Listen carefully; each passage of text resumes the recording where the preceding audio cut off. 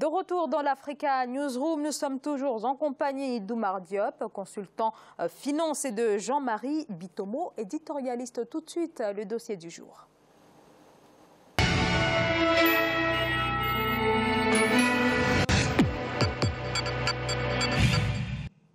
Juridiction spéciale créée en 1981 au Sénégal, la CREI, la Cour de répression de l'enrichissement illicite, est toujours au cœur des débats. Juridiction tantôt approuvée, tantôt décriée. Sa récente réactivation par le président Macky Sall a relancé le débat sur l'utilité ou non de cette Cour spéciale. C'est notre dossier du jour et il est signé Ibrahima Djoumaba.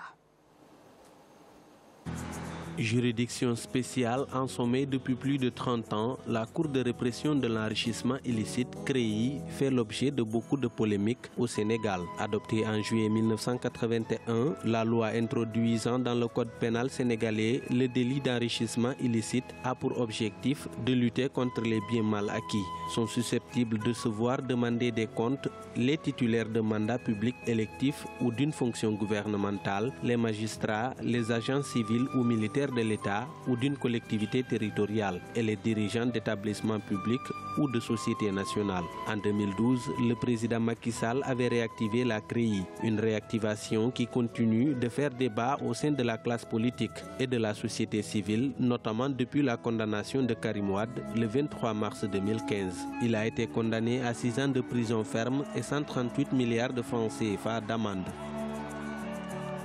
Depuis l'alternance de 2012, le Sénégal fait face à une polémique entre le pouvoir et l'opposition sur la reddition des comptes et la bonne gouvernance. L'espace public est régulièrement alimenté par des dossiers judiciaires inhérents à la gestion des deniers publics. Le régime du président Macky Sall a mis en place un certain nombre d'institutions pour lutter contre le détournement des fonds publics, même si l'opposition l'accuse d'utiliser l'appareil judiciaire à des fins politiques. Le dossier le plus emblématique au cours des 5 dernières années reste celui de Karim Wade qui continue d'alimenter la controverse. Cette exigence de bonne gouvernance impose également la reddition des comptes. C'est tout le sens de l'action de la CREI, mais aussi de la mise en place d'autres mécanismes et institutions tels que l'OFNAC, le Code de transparence et la loi sur la déclaration de patrimoine. Plus que toute autre juridiction ou instance de contrôle, la CREI n'a jamais fait l'unanimité. La défense de Karim Wade avait dénoncé dès son inculpation en 2013 un dossier politique en qualifiant cette juridiction de partisane. La CREI est une juridiction d'exécution de missions politiques au service de ceux qui actuellement détiennent le pouvoir politique. La CREI est constituée d'un parquet spécial, d'une chambre d'instruction et d'une chambre de jugement. Pour que le procureur procède à une enquête préliminaire, divers modes de saisine sont possibles, notamment la dénonciation, la plainte ou toute autre voie prévue par la législation en vigueur. Plusieurs dossiers de détournement ont été évoqués par la CREI lors de sa réactivation en 2012. Cependant, seuls quelques cas ont été instruits 5 ans après. La décision de la Cour s'inscrit dans le cadre de la lutte contre les atteintes aux biens publics telles qu'imposées par les instruments juridiques internationaux. Ce dossier est le premier et ne sera pas le dernier à être évoqué par la Cour. Je signale à cet effet qu'il y a d'autres procédures qui sont en cours devant la commission d'instruction. Entre 2013 et 2015, le procès de Karim Wade avait alimenté une vive polémique, notamment sur la procédure. L'affaire a plusieurs fois été portée devant la Cour de justice de la CEDEAO et devant les cours internationales des droits de l'homme. À la suite de la condamnation de Karim Wade, sa défense avait dénoncé un verdict politique. Aujourd'hui, nous avons la preuve que la CREI n'a été que le bras armé d'un pouvoir exécutif. La CREI n'est pas une juridiction au service ni de la nation, ni du peuple sénégalais. Actuellement, le dossier du maire de Ziguinchor et ancien ministre des Forces armées, Abdoulaye Baldé, occupe le débat sur la CREI. Il a été inculpé en 2014 pour enrichissement illicite et son épouse pour recel. Leur dernière audition remonte au mois de mai 2017. Les partisans du président Macky Sall appellent les acteurs politiques à la retenue face aux décisions de justice. nous devons être très fiers, non seulement de nos institutions en général, mais de notre système judiciaire en particulier, qui a eu quand même à faire ses preuves. Et de ce point de vue-là, nous disons que toutes les grandes démocraties se sont consolidées autour d'institutions fortes.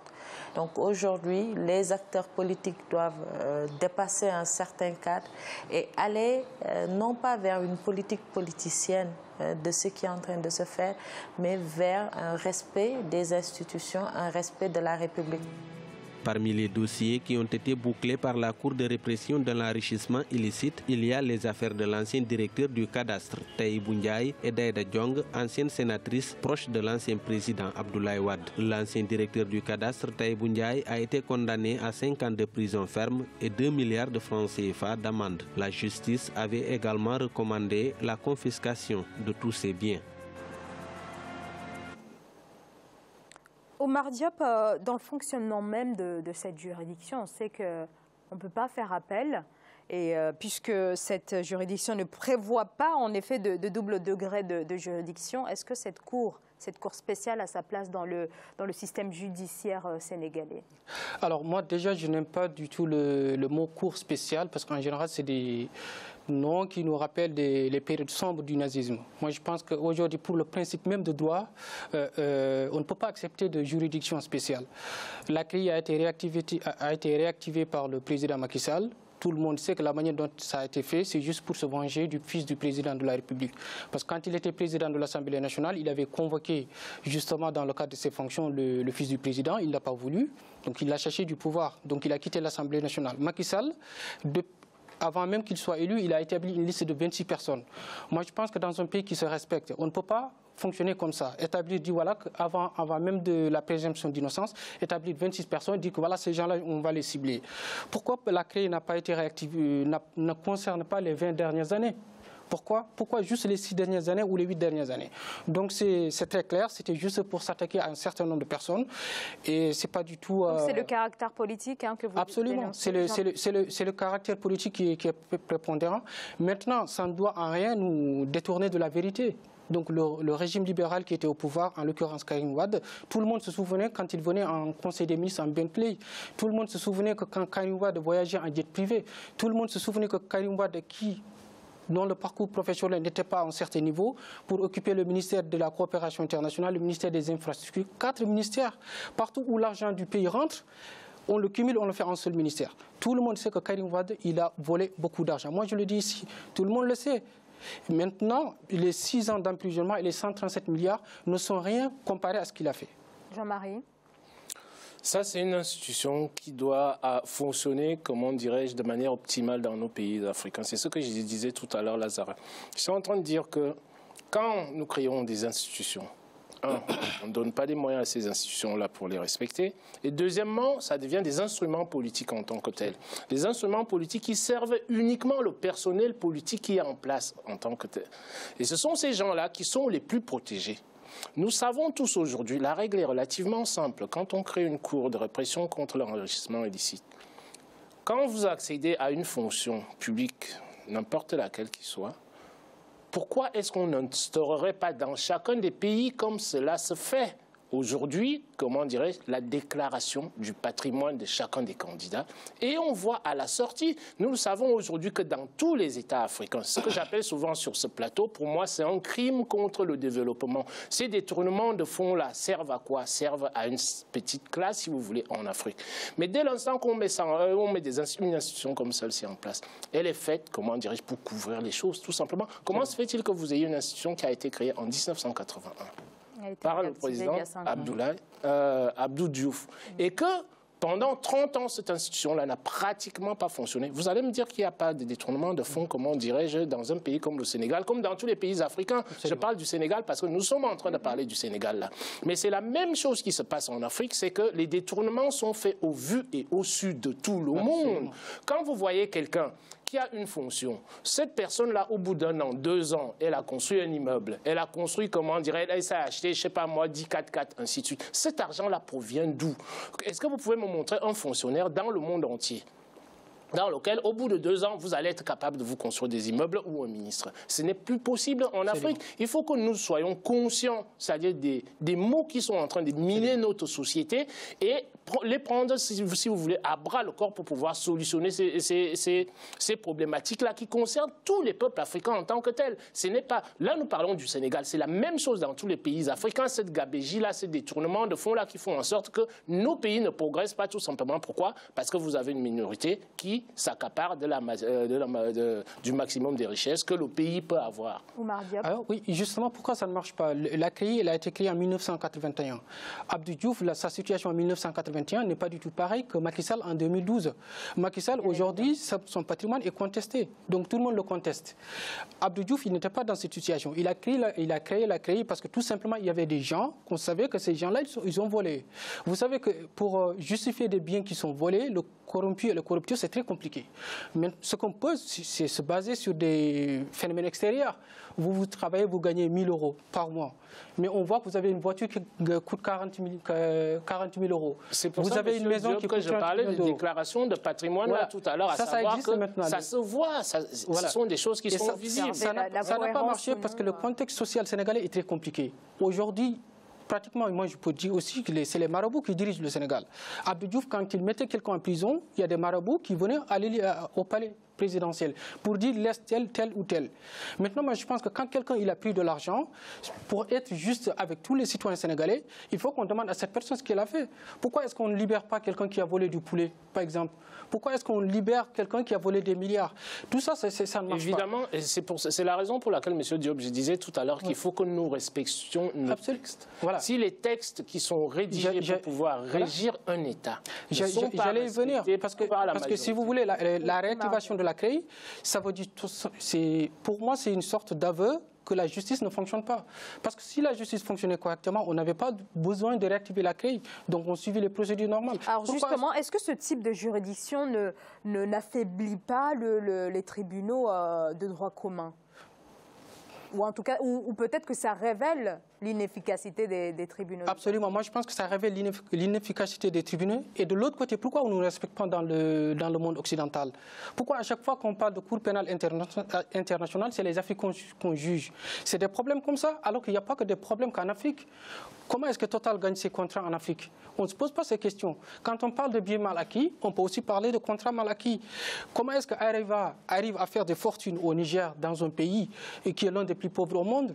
On ne se pose pas ces questions. On peut parler de contrats mal acquis. Comment ça se fait que l'Afrique, qui est l'un des continents qui produisent le plus de pétrole, de bauxite, de l'or, etc., est toujours à ce niveau-là? Moi, je pense que si nous ne nous respectons pas, nous ne respectons pas nos institutions, à chaque fois que quelqu'un est nommé ministre, il fait ce qu'il veut, personne ne nous respecte pas. Donc au-delà des tribunaux, c'est tout un logiciel politique. C'est tout un logiciel qui c'est même pas un logiciel politique de mon point de vue, Zahra. C'est-à-dire c'est le logiciel comportemental, psychologique, mental et moral des Africains qui doivent changer. C'est-à-dire que nous mettons tous en avant, comment on dirait, le bien-être collectif. Le bien-être collectif nous permet... Ça, on l'a oublié tout simplement. Pourquoi? Là, je veux revenir à mon domaine qui est l'économie. On nous a imposé l'individualisme méthodologique en économie en disant que oui, la poursuite de l'intérêt égoïste personnel permet, si vous voulez, l'enrichissement de toute la société. Sauf que la société africaine ne fonctionne pas sur ces logiciels-là. Les paradigmes sont complètement différents. Collons à nos propres paradigmes. Quand on parle souvent de la finance ici, là, notre invité, M. Diop, c'est un financier. On a des moyens de lever de fonds chez nous en Afrique. Donc, revenons aux choses simples que nous maîtrisons et qui vont avec notre dimension psychologique en tant que telle et non pas se mettre à copier ce qui se passe à l'extérieur. Il a parlé tout à l'heure, comment dirais-je, des cours spéciales dont vous avez parlé tout à l'heure, Zahra. Ces cours-là existent partout. Fillon a été, si vous voulez, en France, dès l'instant que vous avez, comment dirais-je, un homme public politique, vous avez toute une procédure qui est mise en place et ces gens-là ne sont pas jugés par des tribunaux normaux. Tout simplement pourquoi? Si on prend un député, il faut une levée de l'immunité parlementaire qui doit être votée, je ne sais pas moi, aux 3/4 des membres de l'Assemblée nationale, ainsi de suite. Donc il faut que des choses comme ça existent aussi chez nous.